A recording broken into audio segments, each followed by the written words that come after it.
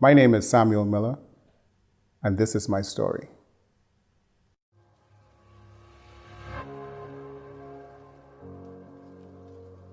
My story begins in the year 2000.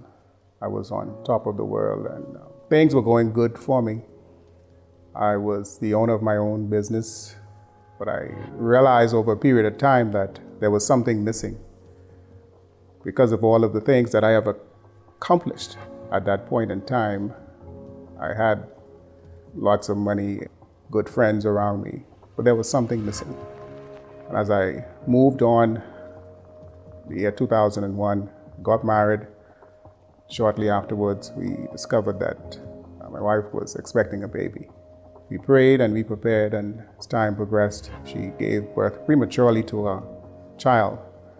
Because she was premature, the baby had to be held in the hospital for a period of time until she was able to get stronger.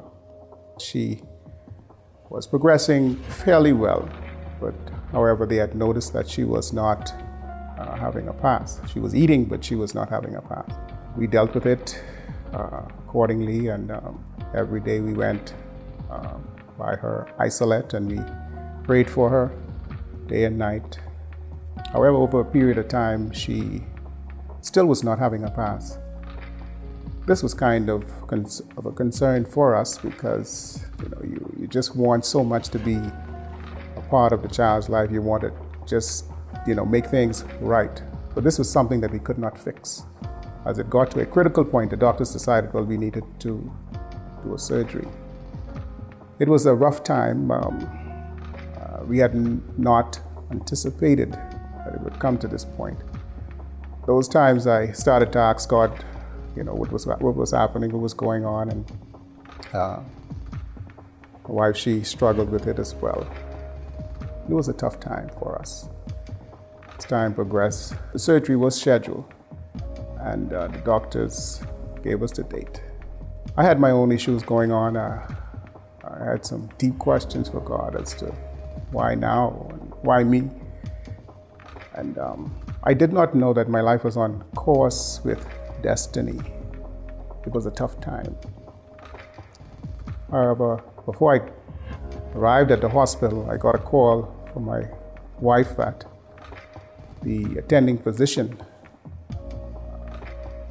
as he got to the hospital, he found that my child was not prepared according to his standards. And so what he did was he told the nurses and the persons that were responsible in these words. He said, "You all are not ready. When you all are ready to do the surgery, you all can call me." And with that, he walked out of the hospital. I was on the cell phone with my wife, and as she was relating the story to me, I got real angry. Things got real heated real quickly. I said, God, if when I get to the hospital, if things are not right, things are not going to be good. There comes a time in your life when you have to face reality. I had heard the voice of God calling me, and I got caught up in my accomplishment and what I was doing and my business, the money I made, and God became secondary as I continued on my way to the hospital. Got there, and my wife knew the kind of person I was. I don't say very much, but when I get to that point where I'm angry and it's things become very unpredictable. So I got to the hospital and she told me what had happened, and the nurses are all gathered around and they told us what was the next step. And all I wanted was to see the doctor. I was so angry that I was prepared to do anything to save my daughter. We were not allowed to see the doctor, and they rescheduled the surgery. We did a U-turn. We went home and we prayed. Somehow the prayer seemed empty. But before we went to bed, my wife told me, wake me up at 2 o'clock. So I said, why? She said, just get me up at 2 o'clock. At 2 o'clock, the door of our room just slammed shut. Shortly afterwards, the phone rang and person's on the other line said, is this Mr. Miller?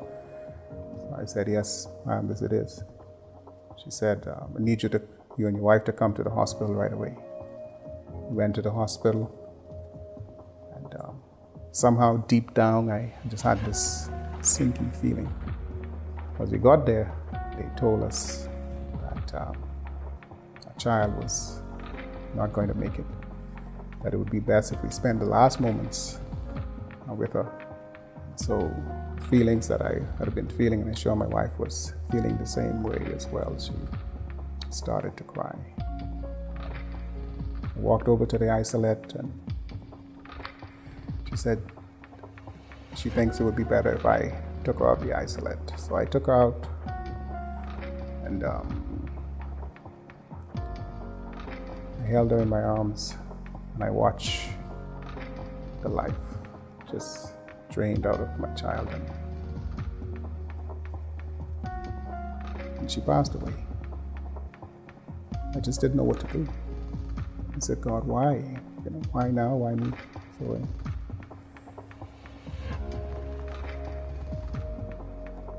I was questioning God, then wrestling with what was happening, and then,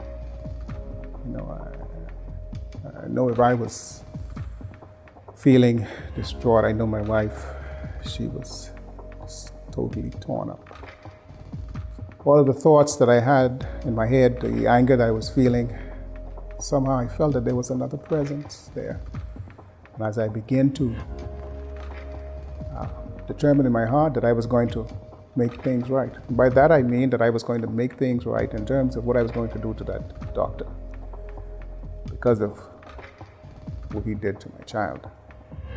I held him responsible. At the same time, there was this overwhelming presence that was just overpowering me. It was just like it wanted to come inside me, and it just wanted to become a part of me, and I kept resisting. I felt it. It became so powerful. And I knew what it was. I just wanted to be angry. I didn't want any part of it. I just wanted to be angry. I just heard an impression in my head that if you want peace, you have to surrender to me. And I knew what it was. And I hung my head down and I said, Lord, this is you. Allow me to feel the peace of God that I've never felt before. And almost as if just as the thought came out of my head, I felt an overwhelming peace that I could not explain. So I said, God, I still didn't believe. I didn't want to believe. I just wanted to do what I needed to do, just to get revenge. And I heard it again, if you want peace, you have to allow me to fix it. At that moment, I said, yes, Lord, I heard you. And I surrendered my life right there and then in the parking lot of the hospital. And I said, Lord, I give you my life. If you would give me peace of mind. And so although my child was no longer with us, the life that was lost, in return, a new life was born. And God gave me new life and peace of mind. As I reflect over those moments, I remember quite clearly. There were tears, there were a whole lot of tears, and I didn't even realize that the tears were flowing. And I just knelt down. And I said, God, I surrender my life to you. Please forgive me. And right then and there, I felt the power of the Holy Spirit resting on me. And so this was the course that was ordained for me. While there was loss, God gave me eternal life. If you're wrestling with peace, where to find peace, peace can only be found when our lives are surrendered to God. while those moments I still feel hurt and pain, I'm reassured that one day I will see my daughter again.